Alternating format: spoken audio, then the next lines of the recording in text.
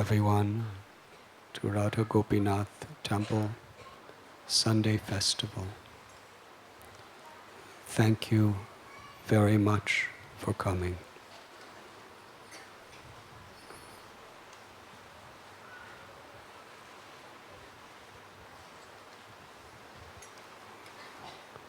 Our Sunday Festival has been going on same time, same place, except when they changed the floor. Since devotees first moved into this building about 20 years back.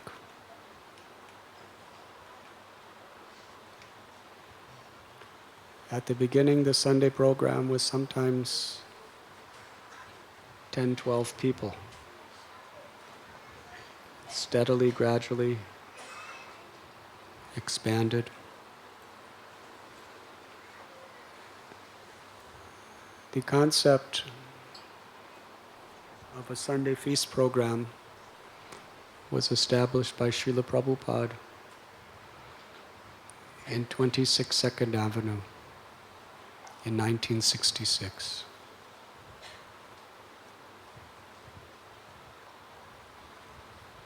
Because Sunday is a holiday in the sense that generally people do not work. They are free of the pressures of their occupational duties. Also, in the West, Sunday is the day people go to the synagogue or the church. So devotees saw Srila Prabhupada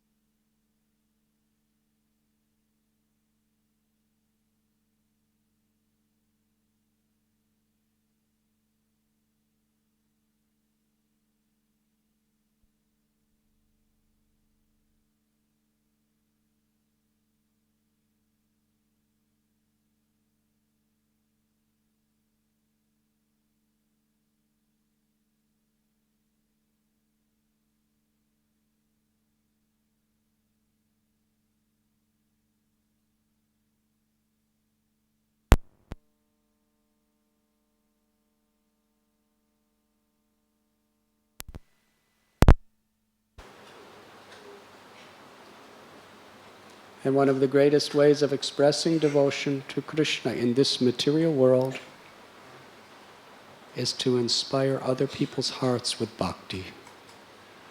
In other words, to give Krishna to others. Krishna is most pleased by Nam Sankirtan.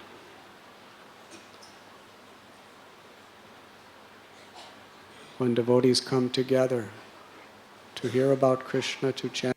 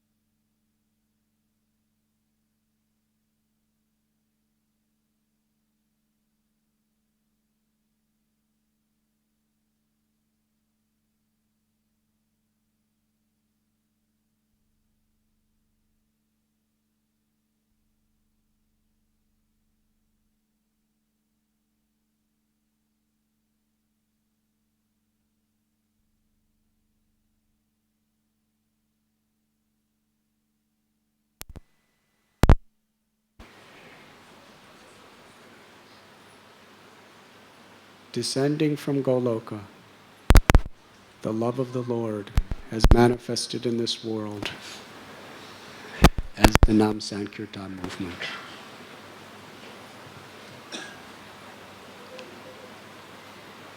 Today we are singing a song by Bhakti Vinod Thakur from his Kalyana Kalpataru, entitled The Names of Lord Chaitanya.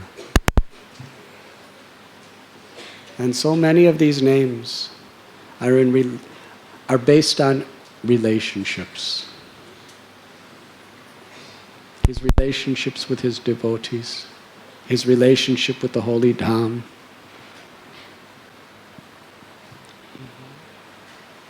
And we chant these holy names especially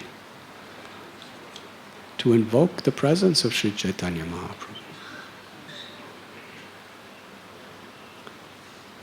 So it is my humble request. I know sometimes it's crowded. Some of the older devotees say the Sunday feast was so nice when there was only a few of us. It was very intimate.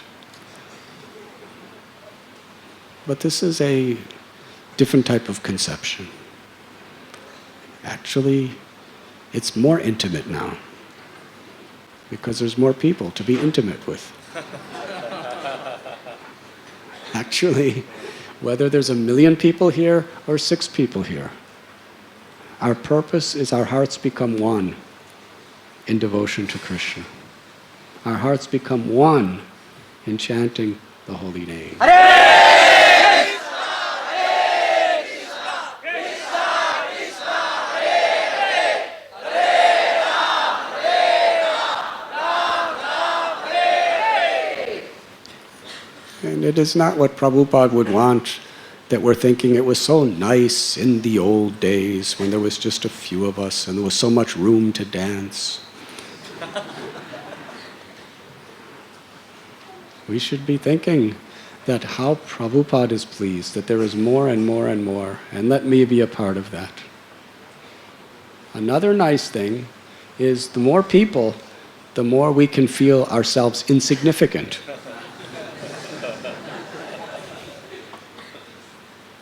In the old days, I was very prominent. I was the only one of 6 people. Now I'm one out of thousands. Nobody even knows I'm here. But Prabhupada knows you're here. And Radha Gopinath knows you're here. And they're pleased to see that you're pleased, that so many people are coming with enthusiasm to get the shelter of their lotus feet.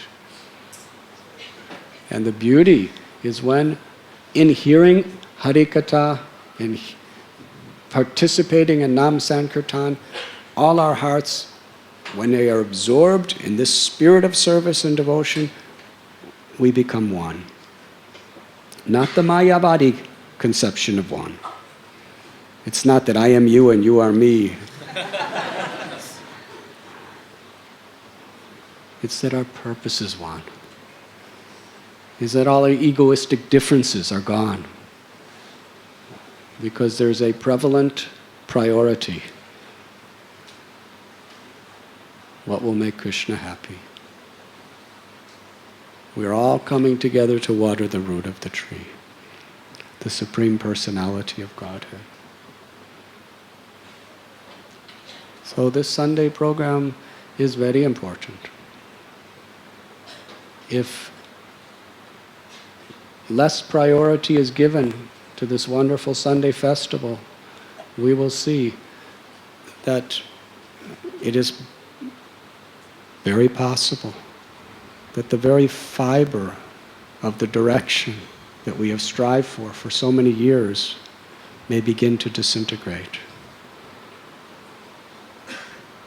Because no matter how many people, we are all one when we come together as a family in the service of Krishna.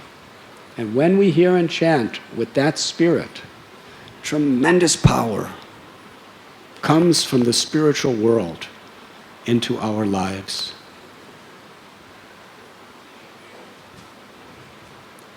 And actually, that's how everything is happening here.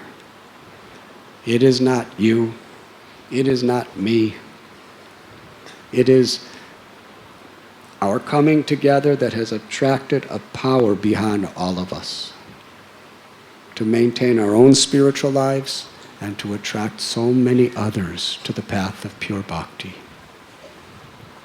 That is Srila Prabhupada's mercy. So please come. And this type of crowded is actually an opulence.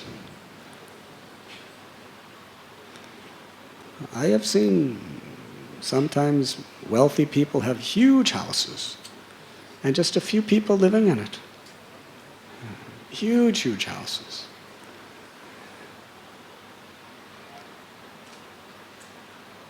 That may be nice, but there's not as much satisfaction as just sitting in a huge house as there is crowded and crushed amongst devotees who are eager to hear and chant the glories of the Lord. Do any of you agree with this observation? Sometimes I'm envious of all of you because I have to sit all alone on this seat while you're all so crushed together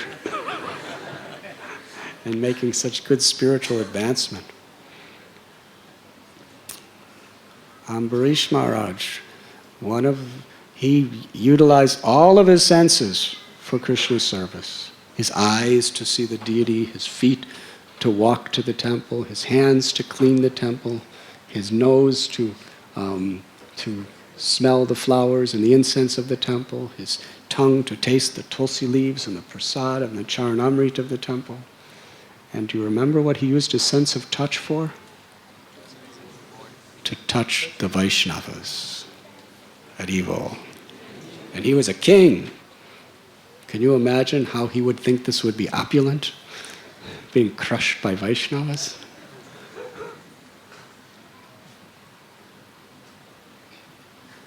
In the presence of Radha Gopinath, Srila Prabhupada. It is a beautiful experience. When Lord Chaitanya came to this world, he established the Nam Sankirtan movement, which Srila Prabhupada and other acharyas have explained, it will carry on for the next 10,000 years in this age of Kali. And the same experience of directly associating with Sri Chaitanya Mahaprabhu can be tasted by participating in this mission. When we're talking about a mission, we're not talking simply about an organization that we join up and we have a life membership card. That is a way to draw people in to the real mission. But the real mission is the mission of the heart. The mission of learning how to find the greatest joy in life in coming together to chant the glories of the Lord, to hear the glories of the Lord, to remember the Lord, and to serve the Lord.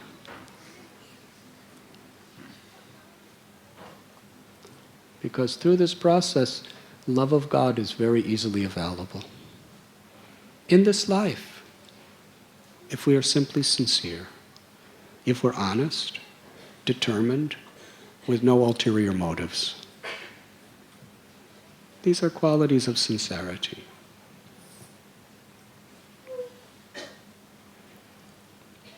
But when Sri Chaitanya Mahaprabhu was personally here, directly, approximately 500 years ago, he gave a special dispensation of love of God. We can achieve the same thing, but we have to work for it a little. But when Lord Chaitanya was here, people didn't even have to work for it. He just gave it, zoom, like that, to anybody. That was his power. He showed his power and now said, you want that? A little work has to be done.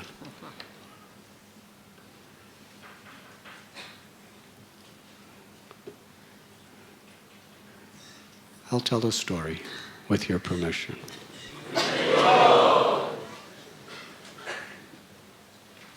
Tomorrow is the disappearance day of Srila Ramananda Rai.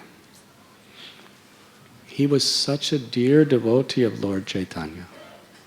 He was an incarnation of the Gopi Vishaka from Sri Goloka Vrindavan in the spiritual world.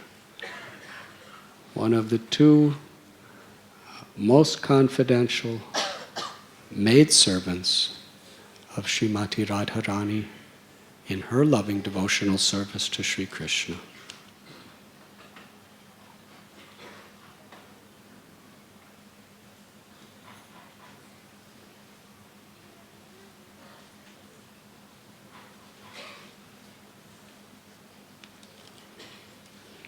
You cannot escape these messages.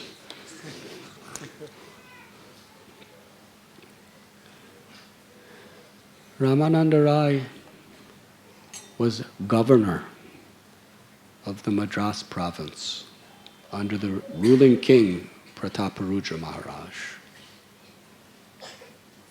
He had tremendous power, wealth, prestige, was very learned. Sarvabhauma Bhattacharya told Lord Chaitanya when he was just beginning his South Indian tour, you should go to meet Ramananda Rai in a place on the banks of the Godavari River called Vidyanagar. He said, previously I met him, but I could not appreciate who he really was or what the substance of his self-realization was. But now after meeting you and understanding the glories of pure devotional service, I can tell you there is no one like Ramananda Rai. Lord Chaitanya went to the bank of Godavari and he sat after taking his bath, actually. When he first came to the banks of Godavari, he saw the river as Yamuna and he saw the forests on the banks as Vrindavan. And actually, it was because Krishna is bhavagrahi. If you see a river and you're remembering Yamuna, for Krishna, he sees you seeing Yamuna in your heart. If you're into a forest and you're remembering Vrindavan, then Krishna in your heart is seeing you seeing Vrindavan. Because he's not so much concerned simply what your eyeballs are in contact with. He's concerned with your emotion, with your devotion, with your feeling, with your conceptions. Lord Chaitanya was doing this all the time. He would, in Jagannath Puri, he would see ocean and think it's Yamuna and jump in. He would see a sand dune and think, Govardhan, and run to it. And devotees consider the sea there to be non-different than Yamuna, because that's what Lord Chaitanya saw. And they consider that sand dune to this day to be non-different than Govardhan. So how we remember, that is all important. What happens in this world, we may not have much control over, but we do have some control over how we see it. And the purpose of life is not just, to make things better in this world. The purpose of life is to remember Krishna at every moment. In every situation, we can remember Krishna at that moment. So Lord Chaitanya, after bathing in Godavari River, he sat very impatiently, waiting for Ramananda Rai. How did he know Ramananda Rai would come? He was just a traveler by foot coming down from Puri. After many, many days, he already had visited Kurmakshetra, Singhachalam, because the Lord is all-knowing. He knows past, present, and future, and every living being's heart. And Ramananda Rai, a governor in those days, had a protocol that he had to follow. He was being carried on a royal palanquin. And there were Brahmins chanting mantras and musicians singing. This was just for him to take a bath. Yes? Now I see so many brahmacharis going to take their baths. Now you ladies, you don't know where the brahmacharis take their baths. It's just on the other side of the temple here. By Krishna's grace, we don't have X-ray vision. It's just on the other side of this wall. There's a little steel metal wall, and just behind there, there's all these bathrooms. And they all take their baths in their gamshas and kopans and everything like that. So that's the way usually people go to take baths. But a governor, in those days, not like that. Brahmins chanting Vedic mantras, in procession, musicians playing auspicious instruments, and you're riding on a palanquin, dressed very nicely. And then taken down, and then you go in to take bath. Chaitanya Mahaprabhu wanted to run and embrace him, but he was patient. After taking bath, Ramananda Rai happened to see Lord Chaitanya sitting in the forest on the riverbank, and his heart was running to meet him, and Lord Chaitanya was running to meet him, and they met. When they embraced, both of them were in so much spiritual happiness. Tears were pouring from their eyes, their hairs were standing on end, their limbs were trembling, they couldn't even speak any words. It was just Krishna, Krishna coming from faltering voices. They fell unconscious, they got up and embraced again in ecstatic love, and the Smarta Brahmins were looking on thinking, what's happening? Because although Ramananda Rai was a great governor, by caste he was a Kayastha. And in Bengal, Orissa, in those times, Kayastha was considered a Shudra. Why is a sannyasi embracing a Shudra? And why is a great governor embracing a mendicant? What's going on here? And why are they crying? And why are their hairs going?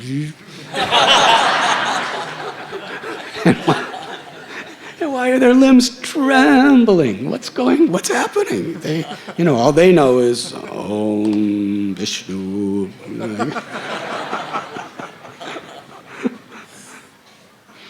They were really bewildered. So one of the principles of a great Vaishnava is they do not display their ecstasies in the presence of people who cannot understand. So Lord Chaitanya and Ramananda Rai really had to struggle to control their emotions and become sober. And then they had a discussion. Both were so much appreciative to be in the other's association. Srila Prabhupada explains what really happened there is Radharani. Lord Chaitanya is Krishna in the mood of Radha. Radharani is meeting her best friend Vishaka for the first time in this incarnation, in this world. Can you imagine the happiness between them? They were sharing their love for Krishna together, and that's what happens when two people share their love for Krishna together. There's love between them, ecstatic love. And this is the greatest possible love between two human beings. We may love each other because we're from the same nation, or because we're from the same caste, or from the same family. Or we may love each other for romantic reasons. Or we may love each other for reasons of feeling indebted due to the favors that we have shared. But the highest love is when two human beings share their love for Krishna together. When it's a matter of I love you and you love me, that's one thing. But when we love Krishna, then you and me love each other more than any other conceivable relationship in all creation. Because in loving Krishna together, the souls become like one. That is the beauty of bhakti. And we see all these relationships of the devotees, how beautiful they are in Sri Chaitanya Charitamrita. Because what is their lila when they come together? Just to love Krishna together, to share Krishna together. To make great sacrifices for the welfare of others on behalf of Krishna. That is love. They spoke. Lord Chaitanya, he said that Sarvabhauma Bhattacharya sent me because he knew that I needed your association. I'm just a Mayavadi sannyasi, and he sent me to you just to become purified. Ramananda Rai said, I'm only a Shudra, nothing. I have no qualifications. Sarvabhauma Bhattacharya sent you to me to deliver me and give me Krishna's love. In this way, they spoke for many days. Lord Chaitanya Mahaprabhu loved Ramananda Rai so much, he couldn't bear separation. Before leaving Vidyanagar, he requested Ramananda Rai, please leave your government service and come and we will live together in Puri when I return. So Ramananda Rai, there was no question in his heart. He went to King Prataparuja. Later on he explained what happened. He said, Lord Chaitanya wants me to resign and join him in Puri. Now usually such a first-class, dedicated, committed governor like this, almost impossible to find someone like that. Who can fill the post? Yes? If a temple president comes and says, I want to go to Vrindavan, usually, no, you have to stay here. I'm sorry. But King Prataparuja, he just stood up. His hair stood on end. Tears flowed from his eyes. He embraced Ramananda Rai. He said, you are so fortunate. Lord Chaitanya won't even look at me. He won't even let me come near him. And he's asking you to live with him. You are so fortunate. I wish I could be so fortunate. Not only will I give you full blessings to go, but I'll give you your full salary. And all you have to do is take care of Lord Chaitanya. Ramananda Rai told Lord Chaitanya, I don't even have a trace of the love that King Prataparuja has for you.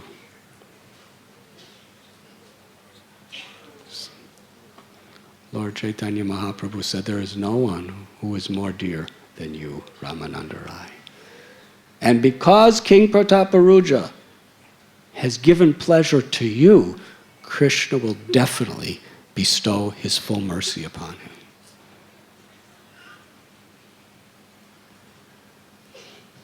And he quoted from the Adi Purana, Mad Bhakta Puja Pyadika.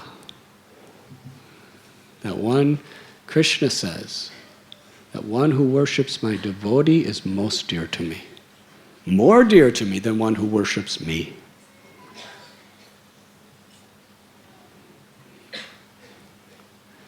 Now, Lord Chaitanya returned from his South Indian tour.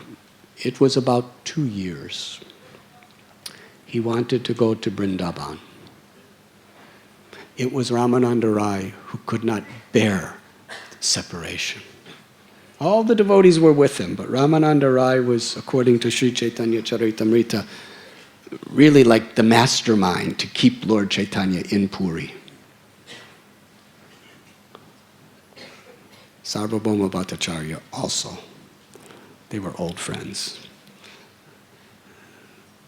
He said, but Mahaprabhu was so obliged to his devotees that he would not leave without their blessings. He's the independent Lord. Simply by his desire, the entire creation is manifested. But yet, to show by his example, he would not leave for Vrindavan, which was his most cherished desire. After first taking initiation, he was running to Vrindavan. But the demigods reminded him, you have to go back to Navadvip to start the Sankirtan movement. After taking sannyas, he was running to Vrindavan. But at that point, Nityananda Prabhu brought him back to Shantipur to keep the devotees alive, because they could not bear his separation. So at every junction of his life, he was running off to Vrindavan. And here he wanted to go, but he begged for the blessings of the Vaishnavas. They could not say no, and they could not say yes. They could not say no because he's the Lord and we're the servants. But they could not say yes because it was unbearable to their hearts. So they tricked him. Those are the exact words that Prabhupada uses in his translation. They tricked him out of love. Now every one of us is trying to trick Krishna in so many ways. But it's not out of love. That's just the problem. You try to trick Krishna with your own neophyte state and you're going to be tricked. Maya. Krishna will just say, oh yeah, you want to trick me? Okay, Maya, you go trick him. Teach him a good lesson.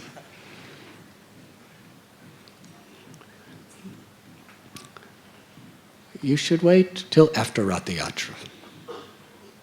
No, first they said Dola Yatra. Dola Yatra is holy. And then Dola Yatra passed. Ratha Yatra is coming, you should wait till that. But it's the rainy season now, you can't go in the rainy season. Wait till after the rainy season. It's Kartik, very auspicious. So many ceremonies. You should go after that. Months went by. Dola Yatra's coming. You already know that you shouldn't leave before Dola Yatra. In this way, 2 full years passed. They were tricking him, and he couldn't go to Vrindavan. So finally, Lord Chaitanya went to Ramananda Rai and Sarvabhauma Bhattacharya and said, for 2 full years you have been tricking me to stay here. But my heart is longing to go to Vrindavan. Please give me your blessings.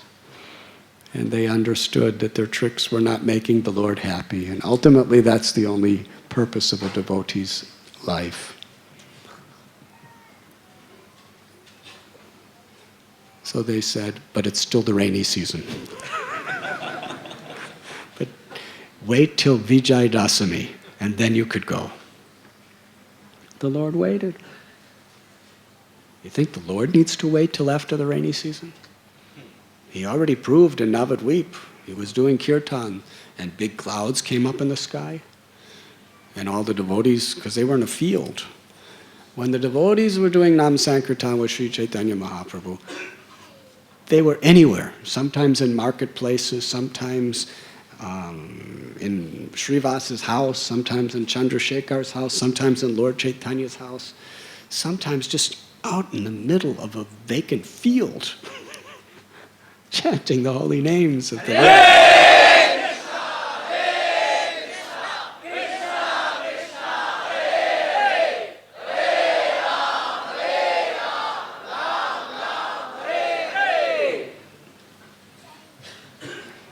If you don't chant louder, we will turn off the AC.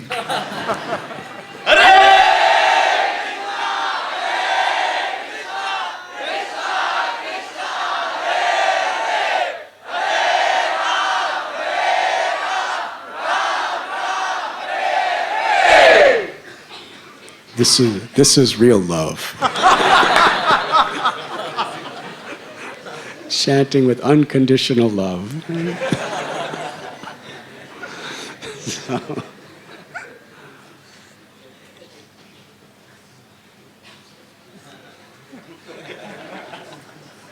Yes? Haribol. Where was I? In the field. We were in the field. And these big black clouds came, and the devotees were wondering, this is going to be a massive downpour. Where are we going to go? And Lord Chaitanya Mahaprabhu didn't want to disturb the chanting.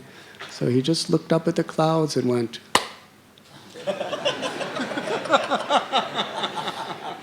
and clouds disappeared instantly. They just, clear blue sky within a second. Some people said he had karatals and he went like this.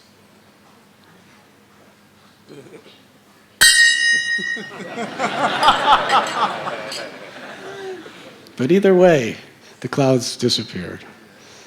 So what, Mahaprabhu? He's the great Lord of all the universe, Mahaprabhu.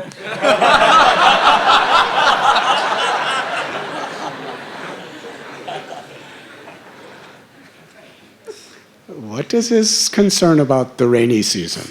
He wants to go to Vrindavan, he can just, all the way up there, he can just go, There's no problem. But because the devotees wanted him to stay, he was obliged to the love of the devotees.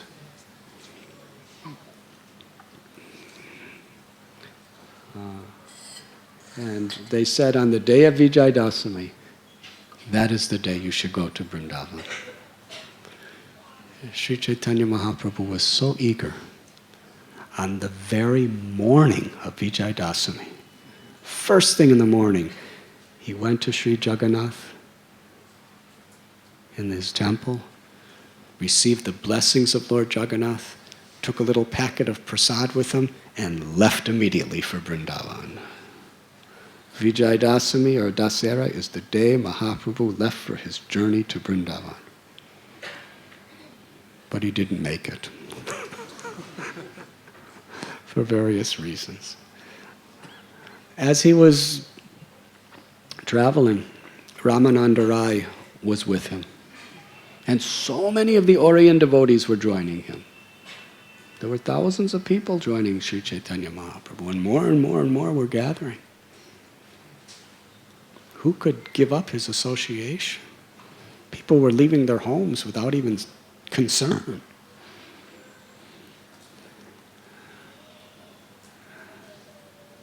They came to Cuttack, which was the capital where King Prataparudra was residing.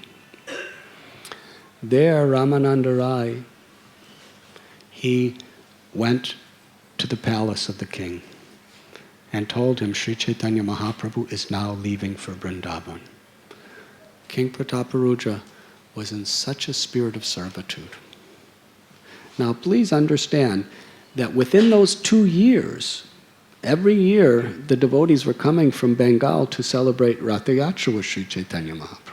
And during those 2 years where he was tricked, King Prataparudra was accepted by the Lord. The Lord embraced him. The Lord showered his opulence on him and his love. So King Prataparudra came to meet Lord Chaitanya there. He offered his life, his soul, his everything. Sri Chaitanya Mahaprabhu lifted up and embraced King Prataparudra, knowing who he was. The king had conquered the Lord's heart by his devotion. He was tested, as we will all be tested. But he passed all tests and remained faithful despite all obstacles in his service to the Lord. Maharaj Prataparudra then made a written order to every one of his government servants and leaders to facilitate Lord Chaitanya's journey. He put in writing and dispatched immediately that in every village en route to Vrindavan, there should be beautiful palatial houses for Lord Chaitanya to stay in with his devotees. And in every village, there should be at least 5 nice houses completely stocked up with grains and boga to make feasts for the Lord. And wherever there's a river, there should be royal boats waiting there to take the Lord and his devotees across the river. As far as the extent of my kingdom, every ounce of our energy will be dedicated to facilitating the Lord and his devotees. That was King Prataparudra's order. No restraint in how we serve the Supreme Lord. In fact, while Lord Chaitanya was traveling, King Prataparudra went to the temple of Jagannath to get fresh Mahaprasad. And he had courier messengers as fast as they could go, because they didn't have planes, they didn't have trains, they had foot. There's not even any mention of bicycles in the scriptures. There were ox carts, but they're slow. Maybe they were on horses. But somehow or other it explains that wherever Lord Chaitanya was, every time, wherever he stopped, those messengers would come from Puri with a quantity of that day's fresh Mahaprasad of Lord Jagannath. That was King Prataparudra's devotion.